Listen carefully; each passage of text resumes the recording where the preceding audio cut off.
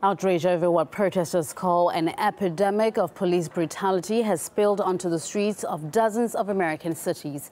Demonstrators vented fury at alleged racial profiling and excessive use of force by those who claim to uphold the law. But as RT's Marina Portnaya reports, some police officers are even cashing in on controversies they sparked. The next U.S. law enforcement official to face off against unarmed, peaceful protesters may easily get away with brutalizing them and even be rewarded afterwards. Remember that horrifying video of a university police officer spraying pepper spray into the faces of students who were seated on the ground? Well, that man has been awarded nearly $40,000 in workman's compensation.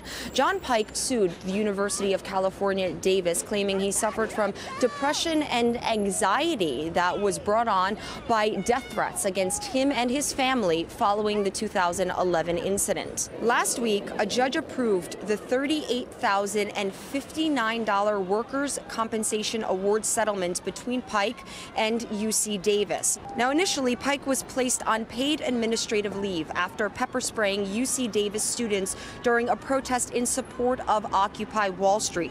He was fired 8 months later. However, an internal university investigation concluded that he acted appropriately. A UC Davis student we spoke with expressed shock over the lucrative reward doled out for police brutality. That's what the pepper spray led to, was us not following their orders, and they wanted us to be an example for what you shouldn't do as students, and they wanted to put fear into people, and it pretty much worked. I remember after the pepper spray happened, I went home and was deeply afraid of ever protesting again. The police get a slap on the wrist maybe for a moment, but awarded later. If people are like, see, he got money, like that was a good thing. And when really he was still putting like trauma and fear and weapons on others.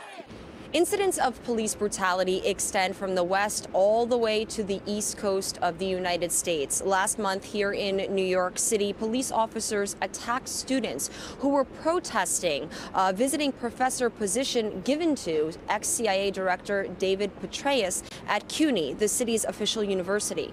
Protesters were punched, slammed on the ground, and 6 students were arrested, jailed, and arraigned on charges of obstruction of governmental administration, riot, resisting arrest, and disorderly conduct.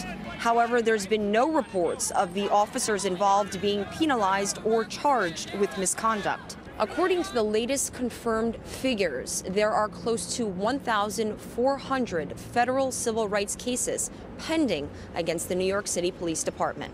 Reporting from New York, Marina Portnaya, RT.